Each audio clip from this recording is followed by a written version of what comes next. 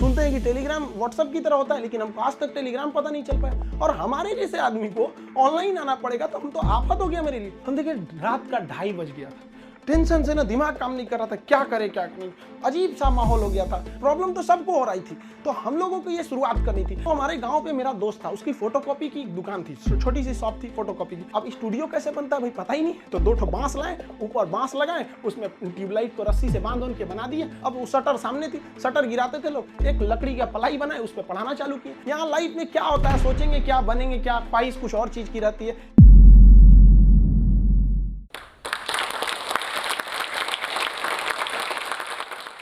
जय हिंद। बेहतर से बेहतर होने का तलाश करें, मिल जाए नदी तो समंदर की तलाश करें। टूट जाते हैं शीशे पत्थर की चोट से, पत्थर टूट जाए ऐसे शीशे तलाश करें। आज हम आपसे बीच में बात करते हैं अपने बचपन की कुछ कहानियों की। देखिए हमारा परिवार एक जॉइंट फैमिली में, हम लोग एक छोटे से परिवार में जन्म लिए। सब लोग एक साथ रहते थे, अंकल सबका परिवार यहाँ पे, उसमें हम लोग के मकान के भी एक कमरे थे जिसमें हम लोग रहते थे। बचपन में हम बहुत बदमाश थे, मेरी मम्मी को सबसे ज़्यादा परेशानी थी। कोई जॉइंट फैमिली होने की वजह से क्या होता था कि परिवार में बहुत लोग रहते थे, मोहल्ले वाले, पड़ोस वाले, और उस समय मोबाइल वगैरह नहीं होती थी, हम लोग यही गुल्ली डंडा वगैरह खेलते रहते थे। डेली किसी न किसी से हम झगड़ा किए रहते थे। मेरी मम्मी परेशान होकर रहती थी, करेगा क्या ज़िंदगी में, बहुत परेशानी हो जाती थी। और बचपन में थोड़ा सा फाइनेंशियली प्रॉब्लम होने की वजह से हर चीज़ लिमिटेड तौर पे मिला। स्कूल हम एक नॉर्मल से स्कूल में गए, और पेंसिल वगैरह तक का भी बचपन में हिसाब मिलता था। पेंसिल खरीद के आती थी, उसमें से आधा काट के आधा तुम लो आधा तुम लो, तुम्हारा पहले कैसे खत्म हो गया, तुम्हारा ज़्यादा कैसे चला, काफ़ी ये सब समस्याएं थी। घर के आगे एक कॉलेज था, उस कॉलेज में हम लोग जाते थे देखने के लिए, किसी का पेंसिल तो छूट नहीं गया, किसी का पेन, मतलब जो कुछ किसी का रह जाता था छुट्टी के बाद तो लेके आते थे लोग। या फिर किसी का मतलब कोई किसी के पेज में, किताब में, कॉपी में कुछ पेज सादा बच जाता था, तो हम लोग उसको कलेक्ट करके ले आते थे और मम्मी को देते थे। मम्मी देखिए इसमें 2 पेज सादा है, इसमें 3 पेज है, उस सबको ले आके एक जगह बनाते थे। मम्मी उसको सुई धागा से सिल देती थी और उसको हम लोग एक कॉपी बना लेते थे। आज भी आदत उसी में है। ये आज महंगी कॉपियों पर तो हाथ ही नहीं चलता है, वहाँ पर उसी भी आदत लग गई है वहाँ। और बचपन में हम लोग के घर पे गाय वगैरह भी थी, छोटे छोटे जानवर वगैरह, ये सब के पालने में इन लोग के लिए करते रहो। ये सब करते करते बचपना निकल गया। और इस बीच मेरे पिताजी जो थे वो अलग अलग जगहों पे वर्क करते रह गए, कभी शिप बिल्डिंग में, कभी पाइपलाइन में, कभी फॉरेन में, अलग अलग जगह पे। एक स्टेबल नहीं रहा, जिसका खामियाजा हम लोग को आगे जाके बहुत बड़ा भुगतना पड़ गया था।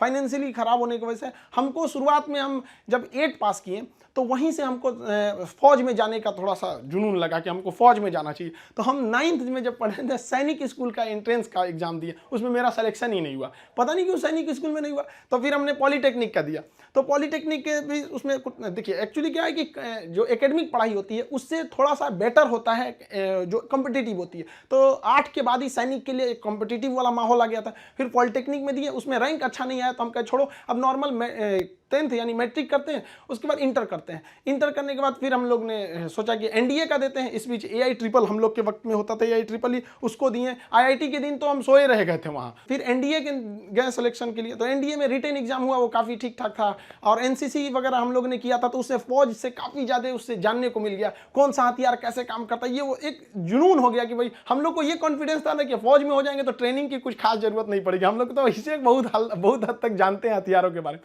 सब होने के बाद वहाँ पे क्या होता है कि ये सिलेक्शन काफ़ी प्रोसीजर काफ़ी कॉम्प्लेक्स होता है। वहाँ मेडिकल जांच होती है हर चीज़ का। मेरा हाथ काफ़ी टेढ़ा है, अभी इतना टेढ़ा होने की वजह से दोनों हाथ कि मतलब अब मेडिकली आउट कर दिया जाए। अब मेडिकल आउट होने की वजह से ये सब चीज़ें सही नहीं हो सकती हैं। तो यही एक तो वही था मेरे लाइफ का। इसके आगे हमने कोई सपना ही नहीं देखा था कि हमको कुछ और भी करना है। शुरू से ही फौज में ही जाना था हमको। अब हमारे लिए तो एकदम विकट परिस्थिति हो गई, साथ ही साथ फाइनेंशियली भी दिक्कत हो गया। अब क्या करें, तो नॉर्मल एक सरकारी स्कूल से इंटर था मेरा, फिर एक नॉर्मल ग्रेजुएशन किए, ग्रेजुएशन BSc। अब इसमें फाइनेंशियली दिक्कत भी बहुत ज़्यादा आ गया। इन दिक्कत में सबसे ज़्यादा साथ दिया मेरे 3 दोस्तों ने, सोनू, पवन, हेमंत। ये 3 दोस्तों ने हमारा बहुत ज़्यादा हेल्प किया और हम सबसे खुश नसीब हैं। हम ये कह सकते हैं कि दोस्त हमें बड़ा बढ़िया मिले। तो सोनू था, पवन, हेमंत, इन लोग के पास जो पॉकेट मनी आती थी ना, तो जो घर से उसमें से काट के कुछ हमको दे देते, कुछ ये, तो हम लोग में मिलजुल के अच्छे से करते थे। तो एक साथ में हम लोग पढ़ाई करते थे। हम सबको, चारों को, हम लोगों को डिफेंस में ही जाना था। अब हम लोग ने क्या किया भाई, बाकी लोग की फाइनेंशियली ठीक थी, हेमंत की भी सही नहीं थी, तो वो सेल्फ डिपेंडेंट था। तो हेमंत ने कहा कि एक काम कर तो भाई, चलो तुम भी को टीचिंग में ले आते हैं। तो उसने क्या किया, हमको एक होम ट्यूशन के पास ले गया पढ़ाने के लिए। होम ट्यूशन, अब वो हम लोग को बच्चों को उतना पढ़ाने का आइडिया नहीं, बस उसको लड़का बहुत पढ़ने में कमजोर था और उसको होम ट्यूशन पढ़ाया गया ना, स्कूल में बहुत अच्छा टॉप पे आ गया वो, उसके घर वाले काफी खुश हुए सब, और वो बहुत अच्छा सा पढ़ रहा था। इसी बीच उसने कहा कि चलो तुम्हें एक कोचिंग में इंट्रोड्यूस करते हैं। तो एक कोचिंग में गए, वहाँ पे मतलब काफ़ी स्टूडेंट जो थे, मतलब बहुत ज़्यादा नहीं थे, नॉर्मल था कोचिंग वहाँ पे। वहाँ हम गए तो हमको फर्स्ट दिन केवल 6 लड़के मिले, और 6 लड़के में अजीब सा माहौल हो गया। वो हमको, मेरी दाढ़ी उड़ी भी नहीं थी, तो अजीब, उनको लगा कि तो हम ही लोग के बीच का है। तो हम 6 बच्चे को पढ़ाए, हमको भी खुद एम्बेरस फील हो रहा था कि ये लोग हमको उस तरह से देख क्यों नहीं रहे हैं। अब उसको 6 लड़कों से अगले दिन वो 50 हो गए, फिर 100, 150, इतना तेज बढ़ने लगा। अब वो कोचिंग वाला जो था उसको लगा कि नहीं भाई, पैसा तो ठीक आ रहा है यहाँ पे, ये तो ठीक ठाक है। तो उन्होंने हमको कह दिया कि भाई देखिए सर, आपको अपना नाम, पता, एड्रेस, मोबाइल नंबर कुछ भी नहीं देना है। हम कहे हमको जरूरत भी नहीं है इसकी, हमको चुपचाप पीजी वगैरह करना है यहाँ पे। हमारी तो फौज का सपना टूटा था, समझ में नहीं आ रहा था करे क्या करें यहाँ पर, क्योंकि लाइफ बड़ी अजीब चीज होती है। जब तक आपको समझ में आएगी आधी बीत चुकी रहती है। यहाँ लाइफ में क्या होता है, सोचेंगे क्या, बनेंगे क्या, ख्वाहिश कुछ और चीज की रहती है। यही है जिंदगी, सबको इसी के साथ चलना रहता है। तो हमने कहा कोई बात नहीं। उन्होंने कहा कि चलो भाई, हमारा उनको नाम पता था तो टाइटल की वजह से उन्होंने खान नाम दे दिया, खान सर। धीरे धीरे वहाँ पे पढ़ाते रहे, वहाँ पे लड़के बहुत हो गए।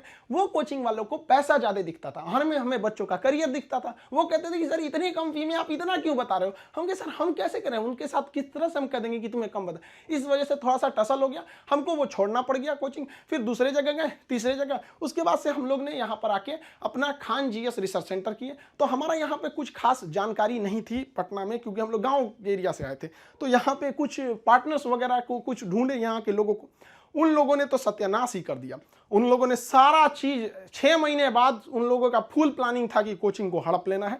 उन लोगों ने कहा कि बेंच भी मेरा, कुर्सी मेरा, पंखा में, सब कुछ। हम तो परेशान हो गए, मेरे पास कुछ भी नहीं बचा। ये हाल कर दिया लोगों ने कि हमारे जेब में केवल 40 रुपया बचे थे और घर लौटने के लिए 90 रुपये चाहिए था। हम परेशान हो गए, भाई कम से कम 90 तो छोड़ो, घर चले जाएं यार, पे यहाँ पे क्या कर दिए। कोई दिमाग काम नहीं कर रहा था। तो गंगा के किनारे हम बैठे थे शाम के वक्त में, टेंशन में। यहाँ पर सोचे कि अब टेंशन में जाएंगे, अब रूम। तो यहाँ से जब रूम पे गए, वहाँ पे पता चला वो दरवाजा खटखटाए तो कोई खोल ही नहीं रहा था। बड़ा देर बाद खोले तो मुझे कहाँ थे, हम कहे यहीं पे नदी बैठे थे, टेंशन में थे थोड़ा सा। कहे कितना टाइम हो रहा है, हम कहे यही 7-8 बज रहा होगा। तो उन्होंने कहा कि घड़ी देखो। हम देखे रात का 2:30 बज गया था। टेंशन से ना दिमाग काम नहीं कर रहा था, क्या करे क्या नहीं, अजीब सा माहौल हो गया था। अब हमको समझ में आ गया कि भाई हमारे पास केवल 40 बचा है, यानी ऊपर वाला हमको रोक रहा है यहाँ पर किसी ना किसी वजह से, तो हमें रुकना चाहिए। अब फाइनली हमने भी डिसाइड कर लिया कि अब हमको अपने फिर से एक नई शुरुआत करनी है। इस बीच हमको एक अनुभव मिला कि भाई सब पर आप आंख बंद करके भरोसा नहीं कर सकते। अब टीचर और स्टूडेंट का एक रिलेशन भारत में बहुत बेहतरीन है, ये आदिकाल से देखा जाता है। तो हमने क्या किया ना, अब कोचिंग्स में ना स्टूडेंट्स जो थे, बहुत जो पुराने थे, जिनका मान के चलिए कहीं जॉब हो गया, अभी ज्वाइनिंग लेटर का वेट कर रहे हैं ऐसे, तो उन लोगों को रखे कि भाई देखो हम लोग को फिर से शुरुआत करनी है, क्योंकि ऐसे हम लोग छोड़ नहीं सकते हैं। क्योंकि यहाँ पे क्या हो गया कि कोचिंग एक इंडस्ट्री बन चुका है, लोग इसको इनकम सोच रहे हैं। अब हम लोग आंख में इसलिए खटकते थे, हम लोग के लिए पैसे मायने नहीं रखते थे, लड़कों का पढ़ाई मायने रखता था। तो प्रॉब्लम तो सबको हो रही थी, तो हम लोगों को ये शुरुआत करनी थी। अब शुरुआत किए कैसे तैसे, थोड़ा बहुत पैसे से स्टार्ट किए लोग। अब वहां पे क्या है कि जो गरीब है पैसे मत दो भैया, विकलांग हो मत दो, कभी कोई इस तरह से जोर नहीं दिया गया। इस वजह से ही फाइनेंशियल प्रॉब्लम है। अगर अदरवाइज में आदमी पैसे के पीछे पड़ा रहता तो कोई प्रॉब्लम नहीं था। इस बीच हमारे कोचिंग पे बम चल गया, तबातोड़ बम चल रहा है। हमको अजीब सा लग गया कि भाई हम कोचिंग में कि बॉर्डर पे खड़े हैं, हमारा सपना तो नहीं पूरा हो गया, हम फौज में आ गए हैं। दीजिए देख रहे हैं पूरा अफरा तफरी मचा हुआ है बम से। इतनी तबाही हो गई, हमको मतलब एकदम लास्ट में आ गए कि हमको अब लगता है यहाँ से छोड़ देना पड़ेगा। फिर लड़कों ने कहा कि सर आप हाँ हिम्मत मत हारिए। हमारे कोचिंग में, हमारा जो कैंपस है इसके अगल बगल में 17 कोचिंग है, सबका शटर बंद हो गया, सब लोग भाग गए। लोग, हम लोग अकेले, भाई कम से कम कोई पूछते भी आता तो कम से कम एक सहानुभूति लगती है। लेकिन लड़के आए, लड़कियां तक आई कि सर कोई बात नहीं आप खोलिए, हम लोग पढ़ेंगे लोग, यहाँ कितनों बम चले यहाँ पे। तो हम क्या किए, पूरे कैंपस में मेरे कोचिंग पे सुबह में बम चला था, शाम वाले बैच में पूरे फुल प्लेजेड से स्टूडेंट आए थे, और जो बच्चे पढ़ रहे थे उसके अगले बैच के बच्चे नीचे खड़े होकर कह रहे थे कि अगर बम चलेगा तो पहले हमारे ऊपर बम चलेगा, कोचिंग को कुछ नहीं होने देंगे। बहुत हेल्प हुआ हमको यहाँ पर, बच्चों ने ही हमको बहुत ज्यादा सपोर्ट किया। और धीरे धीरे ऊपर वाला सबको देखते रहता है, क्योंकि हम लोग हम दूसरे के सीसीटीवी कैमरे से बच सकते हैं, ऊपर वाले के सीसीटीवी कैमरे से नहीं बच सकते हैं। और अचानक साथ मिला, सारे बच्चे देखते देखते हमने बच्चों के लिए लाइब्रेरी भी डाला, वो पटना का सबसे बड़ा लाइब्रेरी हो गया, फिर कोचिंग बड़ा हो गया, सब कुछ सही हो गया, लड़कों का रिजल्ट आने लगा, सारे लड़के खुश हो गए। और खास करके उस बैच के लड़के जो पढ़ रहे थे और जिनके पास बम्बार्डमेंट हुई थी, वो भी उनके लिए पहला अनुभव था। सब डर गए थे कि आखिर क्या हो रहा है, और देखते देखते सब कुछ सही हो गया। तब तक अचानक बीच में आ गया कोरोना, और कोरोना ने लॉकडाउन किया और सब चीज़ घर के अंदर हो गया, और हम लोग के लिए एकदम नया अनुभव। और नॉर्मल जब कोरोना होगा, शुरुआती लॉकडाउन इतना स्ट्रिक्ट था, पता चला कि अब तो आपको ऑनलाइन ही पढ़ाना पड़ेगा। और हमारी जैसे ऑनलाइन आदमी को ऑनलाइन कुछ पता ही नहीं, फेसबुक चलाने नहीं आता हमको, सुनते हैं कि टेलीग्राम व्हाट्सएप की तरह होता है, लेकिन हमको आज तक टेलीग्राम पता नहीं चल पाया। और हमारे जैसे आदमी को ऑनलाइन आना पड़ेगा, तो हम तो आफत हो गया मेरे लिए। तो हमारे गांव पे मेरा दोस्त था, उसकी फोटोकॉपी की दुकान थी, छोटी सी शॉप थी फोटोकॉपी की। अब आप समझ सकते हैं फोटोकॉपी की दुकान पे क्या इंफ्रास्ट्रक्चर, कितनी बड़ी बिल्डिंग तो होगी नहीं, छोटा सा जगह था। अब वो शटर सामने थी, शटर गिराते थे लोग, एक लकड़ी का पलाई बनाए, उस पर पढ़ाना चालू किए। पता चला सामने से पुलिस की गाड़ी जाती थी, तो शटर के अंदर हम लोग पड़े हैं, पसीना हो रहा है, वैसे पुलिस का सायरन आ रहा है, आवाज आ रहा है। लड़के कह रहे सर कैसे वीडियो बना रहे हैं, कहाँ से बना रहे हैं, ना लाइट सही है ना आवाज सही है। हम कहे भाई हमको यही है जो है यहाँ पे। मेरा सारा सेटअप जो पढ़ाने का इंस्ट्रूमेंट होता है, जो पीछे पैनल लगे होते हैं पढ़ाने के लिए, वो सारा पटना में रह गया था, और हमारे गांव में ऐसी व्यवस्था नहीं थी। हम क्या करें। और जो 2020 का लॉकडाउन था, बहुत ही स्ट्रिक्ट लॉकडाउन था, तो उस लॉकडाउन में हमको आना था पटना, कैसे भी आने का कोई साधन नहीं था। तो हम ट्रक के क्लीनर बन के आए थे, खलासी जो होता है, ऐसे गंजी पहन के गमछा बांध लिए थे, चलो चलो चलो, ऐसे क्लीनर बन के आए यहाँ पे, खुद ही लोड किए, सब कुछ किए और लेके जाए। अब स्टूडियो कैसे बनता है भाई पता ही नहीं, तो 2 ठो बांस लाए, ऊपर बांस लगाए, उसमें ट्यूबलाइट को रस्सी से बांध के बना दिए, और वैसे ही पढ़ाना चालू किए लोगों को। अब वहाँ मेरे पास हर साधन आ गया पढ़ाने वाला, अब लोगों को समझ में आने लगा, धीरे धीरे धीरे धीरे लोग पसंद करने लगे यहाँ पे कि हाँ ये बात सही है। अब हमारे एक दिल्ली के हमारे एक मित्र हैं मिश्रा जी, उन्होंने सारा सेटअप किया कि ये कैमरा ठीक रहेगा, ये लाइटिंग ठीक रहेगी, ऐसे ऐसे सही रहेगा। उन्होंने बहुत बेहतर काम कर दिया, मेरे लिए अच्छा हो गया।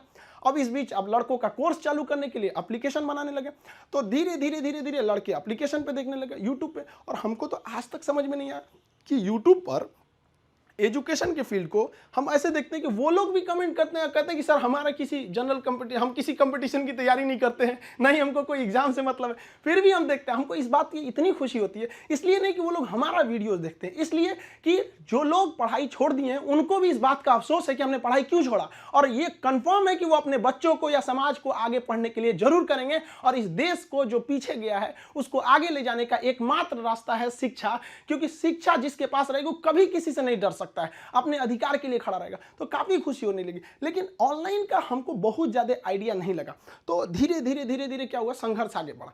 अब होता क्या है कि लाइफ में कभी इंसान कोई लिफ्ट की तरफ बढ़ जाता है तो उसको काफी खुशी होती है, अरे बाप रे बहुत ऊंचाई पे आ गया। लेकिन जो सीढ़ियों की तरफ बढ़ता है ना, ऊपर जाके उसको एक थकान होती है, लेकिन दिल से एक सुकून भी मिलता है कि मेहनत से बढ़े, तो उसके लिए ऊंचाई बहुत मायने नहीं रखती है। तो जो लोग देखिएगा ना उतराने लगते हैं, अहंकार कर देते हैं, उस सबसे लिफ्ट से बढ़ा है सब वहाँ पे। तो जीवन में कभी किसी को अहंकार तो करना ही नहीं चाहिए यहाँ पर, और ना ही दूसरे की बुराई करनी चाहिए। दूसरे की बुराई से कोई फायदा नहीं मिलता है, आपस में मिलजुल कर रहना चाहिए। बुझ जाते हैं कभी दिए तेल की कमी से भी, हर बार कसूर हवाओं का नहीं होता है। आखिर में हम आप सबसे यही कहना चाहेंगे कि ये दुख, ये दर्द, ये गम, ये सब तेरे अंदर है। तू खुद के बनाए पिंजड़े से बाहर निकल के देख, तू अपने आप में एक सिकंदर है। इस वीडियो के बारे में अपनी राय नीचे कमेंट सेक्शन में हमें बताएं और अपने दोस्तों के साथ ये वीडियो शेयर करना ना भूलें।